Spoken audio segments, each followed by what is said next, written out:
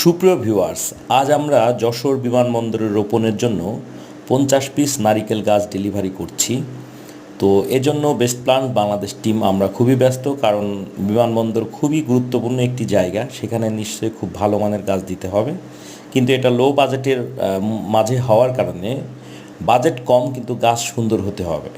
এই জন্য আমরা কিন্তু দেশি লাল সিন্ধু জাতের গাছ ওনাদেরকে দিচ্ছি।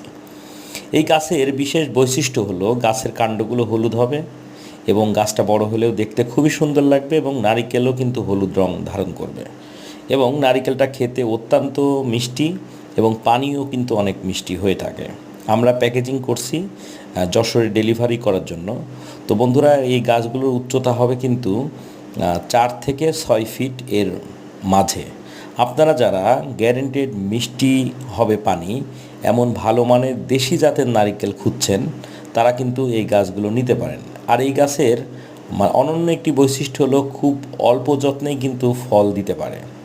এবং এই গাছগুলো আমি যেভাবে প্যাকেজিং করেছি দেখেন, অলরেডি রেডি করে ফেলেছি, আমরা নিয়ে এসেছি কুরিয়ার সার্ভিসে, আমরা পাঠাবো। গাছগুলোর কিন্তু কোনো ক্ষতি হবে না।